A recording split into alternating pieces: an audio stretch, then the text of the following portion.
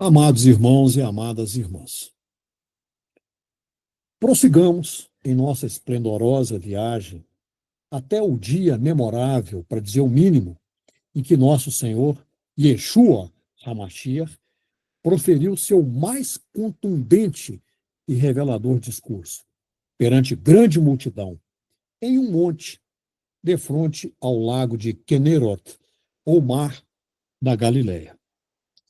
No final da preleção anterior, se me lembro bem, sugeri que deixássemos de lado todas as interpretações humanas e recorrêssemos diretamente à palavra de Deus, a fim de que ela nos explique a essência do reino de Deus. Assim, provavelmente, vocês dirão: agora conseguiremos esclarecer essa questão de modo tranquilo, cristalino, porque está tudo muito embaralhado. Digo a vocês, será?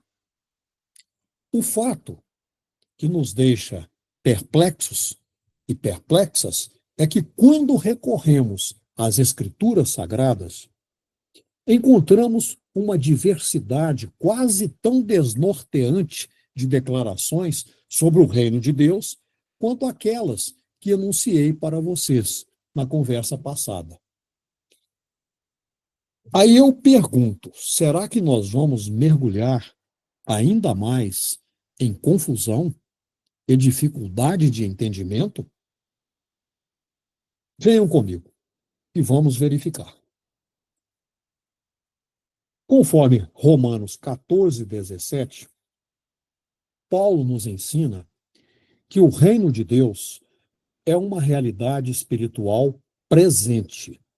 Diz Paulo: pois o reino de Deus não é comida nem bebida, mas justiça, paz e alegria pela Ruach HaKodesh, ou Espírito do Santo. Lembrando que estou utilizando aqui tradução diretamente do chamado original em aramaico. Pelo menos o mais próximo dos originais. Notemos que retidão, paz e alegria são frutos do Espírito que Deus concede agora às pessoas que entregam sua vida ao governo do Espírito. Tudo isso diz respeito às mais profundas fontes da vida espiritual, o que, de acordo com o apóstolo inspirado, é o reino de Deus. Mas vamos consultar também o escritor Mateus, em Mateus 25, 34. Nessa passagem, ele diz que o reino é, ao mesmo tempo, a herança que Deus concederá, portanto, no futuro, ao seu povo, quando o Mashiach vier em glória.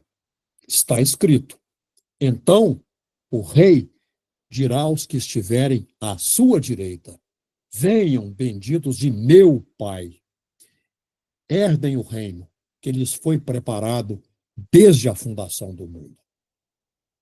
Assim, é lícito, pertinente, totalmente cabível que vocês perguntem: como o reino de Deus pode ser, conforme Paulo, uma realidade espiritual presente e ainda ser uma herança a ser concedida ao povo de Deus por ocasião da segunda vinda do Mashiach? Como pode ser isso? Continuemos. Uma outra faceta da verdade sobre o reino de Deus reflete o fato de que ele é um domínio no qual as pessoas seguidoras de Yeshua HaMashiach, como nós, já entraram. Paulo, em Colossenses 1:13, escreve que Deus nos libertou do poder das trevas e fez o que conosco? Transportou-nos para o reino do seu Filho amado. Esse verso deixa muito claro que as pessoas redimidas já estão no reino do Mashiach. Alguém pode objetar? E precisamos distinguir entre reino de Deus e reino do Mashiach. Mas isso parece impossível, pois o reino de Deus é também o reino de seu Mashiach. Sugiro que leiam também com calma Efésios 5:5 e Apocalipse 11:15. Eu vou ler também aqui, mas peço que meditem sobre essas passagens. Além disso, nosso Senhor Yeshua descreve as pessoas que receberam sua mensagem, como nós, e missão, como aquelas que entram agora no reino de Deus. Lucas 16:16. Eu vou ler essas três passagens conforme a melhor tradução a partir do aramaico. Primeiro, Efésios 5:5. Deveis saber isto, que todo homem que for fornicador, ou impuro, ou injusto, que é servo de ídolos, não tem herança no reino do Mashiach e de Deus. Apocalipse 11:15. O sétimo anjo tocou o chofar e houve no céu grandes vozes, dizendo: o reino do mundo tornou-se de nosso Deus e do seu Mashiach, e ele reinará pela eternidade. Lucas 16:16. A Torá e os profetas proclamaram até João. Daí em diante, o reino de Deus é proclamado e todos aglomeram-se para entrar nele. E é mais fácil que os céus e a terra passem do que uma letra da Torá passe. O reino de Deus, pelo que estamos vendo, é ao mesmo tempo um domínio futuro, no qual precisamos entrar quando o Mashiach retornar. Agora, conversemos com Pedro. Em sua segunda epístola, 1:11, Pedro afirma que um dia futuro em que serão ricamente providos quando entrarem no reino eterno de nosso Senhor e Salvador, Yeshua HaMashiach. Nosso Senhor Yeshua referiu-se muitas vezes a esse evento futuro, como, por exemplo, em Mateus 8:11, quando ele disse: muitos virão do Oriente e do Ocidente, e sentar-se-ão à mesa com Abraão, Isaque e Jacó no reino dos céus. Essa vinda futura do reino acontecerá com grande glória.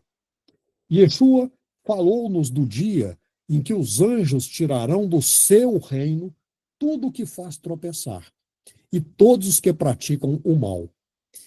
E também que os justos brilharão como o sol no reino de seu Pai. Mateus 13:41 e 43. Nós já vimos o ensinamento do Divino Mestre de que o reino já está presente dentro de nós. E ele foi categórico ao responder aos fariseus, desanimando-os de procurar por um reino futuro que viesse com aparato externo de glória. As parábolas do reino deixam claro que, em algum sentido, o reino está presente e em operação no mundo. A própria complexidade do ensino bíblico sobre o reino de Deus é um dos motivos pelo qual surgem interpretações tão diversas, principalmente no seio da teologia. Porque versos isolados são citados na maioria das interpretações que encontramos por lá, na literatura que esses teólogos utilizam. Acompanhemos algumas dessas citações. O reino é uma realidade atual, Mateus 12:28. Contudo, é uma bênção futura, 1 Coríntios 15:50. Ele é uma bênção espiritual redentora, Romanos 14:17. Experimentada apenas por meio do novo nascimento, João 3:3. E, no entanto, correlaciona-se com o governo das nações do mundo. Apocalipse 11:15. O reino é um domínio no qual as pessoas entram agora. Mateus 21:31. E no qual, todavia, entrarão amanhã. Mateus 8:11. Ele é, ao mesmo tempo, um presente de Deus, que será conferido no futuro. Lucas 12:32. E que, no entanto, precisa ser recebido agora, no presente. Marcos 10:15. Com certeza, nenhuma explicação simples faz justiça a uma variedade de ensino tão rica, mas tão diversa. Neste ponto, vocês podem e devem estar questionando: será que há uma solução básica para esse problema complexo e que forneça a chave da compreensão para abrir a porta a tesouros de entendimento e bênção? Respondo a vocês enfaticamente sim. E essa chave provê a abordagem mais simples a essa porção tão complexa e diversa da verdade bíblica. O fato é que ela muitas vezes passa despercebida por causa da diferença entre a linguagem moderna e a antiga. Por isso precisamos fazer a pergunta mais fundamental: qual é o sentido de reino? A resposta moderna a essa pergunta perde a chave do sentido dessa verdade bíblica antiga. Por quê? Em nosso linguajar ocidental, um reino é originalmente um espaço, uma esfera, um domínio sobre o qual um rei exerce sua autoridade. O segundo sentido da palavra reino é o conjunto de súditos de uma monarquia. Mas analisemos. A aplicação exclusiva de quaisquer dessas duas ideias ao ensino bíblico do reino desvia-nos de uma compreensão correta da verdade contida nas Escrituras Sagradas. O próprio dicionário comete esse erro quando apresenta esta definição teológica de reino. Abre aspas. Domínio espiritual do qual Deus é o cabeça. Isso diz o dicionário. Essa definição não faz justiça aos versos que falam da vinda do reino em glória e poder quando o Mashiach retornar. Por outro lado, para as pessoas que trabalham com a ideia de um domínio futuro a ser inaugurado pela volta do Mashiach, não fazem justiça às afirmações do reino como uma realidade espiritual presente. O fato é que precisamos deixar de lado nossa linguagem moderna se quisermos entender a terminologia bíblica. Nesse ponto, encontrei uma pista no dicionário de Webster, quando ele apresenta como sua primeira definição de reino o seguinte, abre aspas, palavras escritas no dicionário de Webster. A posição, ou seja, reino é a posição, qualidade, estado ou atribuições de um rei, é a autoridade real, o domínio, a monarquia, a realeza. E adiciona, esse mesmo dicionário, um apontamento arcaico. Mas, digo a vocês, esse arcaísmo é precisamente necessário para entendermos o ensino bíblico antigo. O sentido primário, tanto da palavra hebraica malhut, do Tanar, ou Antigo Testamento, como quiserem, como do vocábulo grego basileia, da Brit Hadashah, ou Novo Testamento é a posição, autoridade e soberania exercida por um rei. Um malhut, na verdade, pode ser o reino ou o domínio sobre o qual um soberano exerce sua autoridade. E pode ser também as pessoas que pertencem a esse reino e sobre as quais a autoridade é exercida. Mas esses são sentidos secundários e derivados.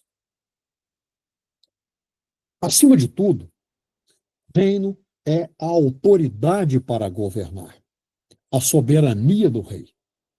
Quando a palavra faz referência ao reino de Deus, ela sempre se refere ao seu reinado, seu governo, sua soberania, e não à esfera ou ao local em que é exercida.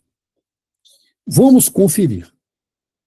Primeiro em Salmos 103, 19. Yah estabeleceu o seu trono nos céus e, como rei, domina sobre tudo o que existe. O reino de Deus, seu Malhut, é seu governo universal, sua soberania sobre toda a terra, conforme Salmos 145, 11. Eles anunciarão a glória do teu reino e falarão do teu poder. Em Salmo 145, 13, está escrito que o reino de Deus é o seu poder. Lá está escrito: teu reino é reino eterno, e teu domínio permanece de geração em geração. Lembremos que a esfera do governo de Deus abrange céus e terra, mas esse verso não faz nenhuma referência à permanência desse domínio. O governo de Deus é eterno. Em Daniel 2:37, encontramos: Tu, o rei, és rei de reis. O Deus dos céus concedeu-te domínio, poder, força e glória. Notemos os sinônimos para reino: poder, força, glória. Todos eles expressam autoridade. Esses termos identificam o reinado como o governo que Deus concedeu ao rei. O reino de Deus, portanto, é sua realeza de rei, seu governo, seu poder, sua autoridade. Uma vez reconhecido isso, encontramos passagem após passagem da Brit Hadashah, ou Novo Testamento, que deixam evidente esse sentido. Nessas passagens, vemos que o reino não é uma região, um domínio, nem um povo, mas o reinado de Deus. Nosso Senhor Yeshua disse que devemos receber o reino de Deus como uma criança, em Marcos 10, 15. Pergunto-lhes, o que é recebido? A congregação? Os céus? Não. O governo de Deus é recebido. Ou seja, a fim de entrar no futuro domínio do reino, a pessoa tende a entregar-se aqui e agora, em postura de absoluta confiança no governo de Deus.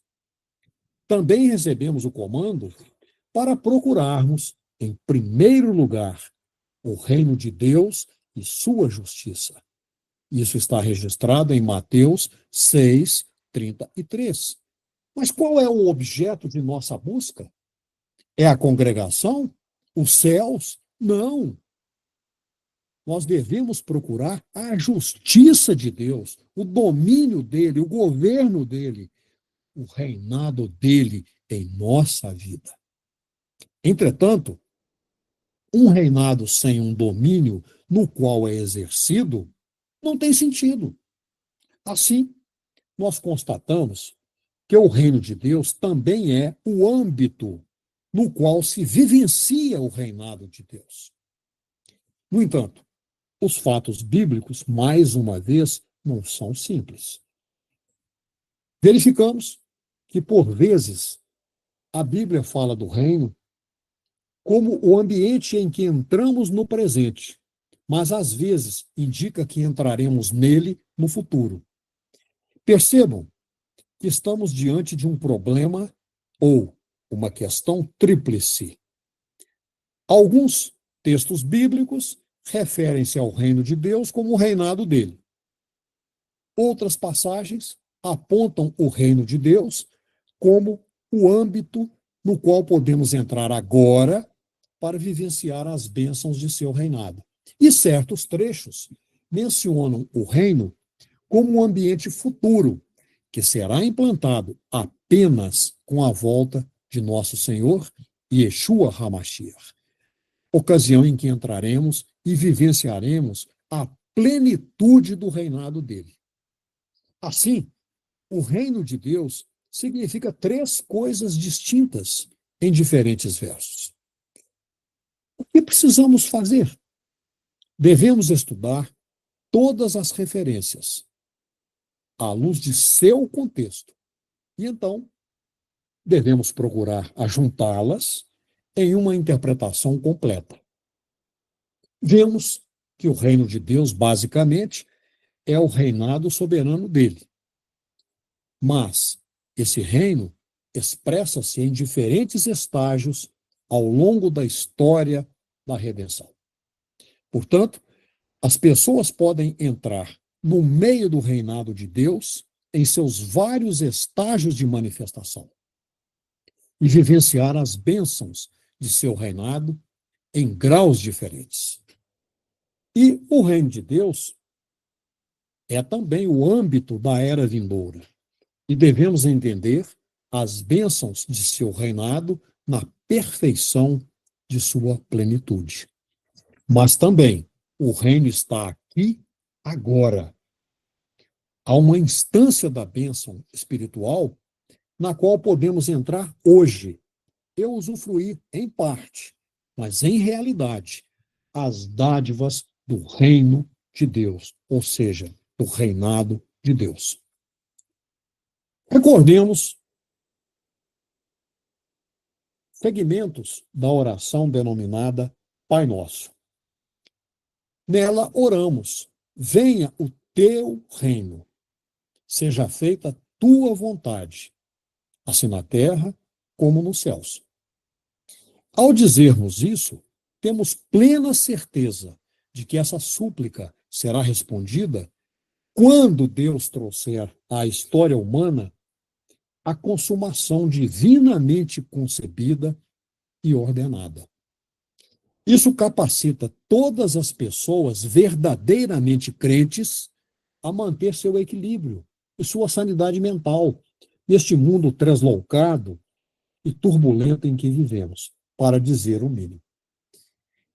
Em nossos corações, como pessoas integrantes da congregação de Deus, pulsa a confiança absoluta de que o reino de Deus está vindo e encherá toda a terra.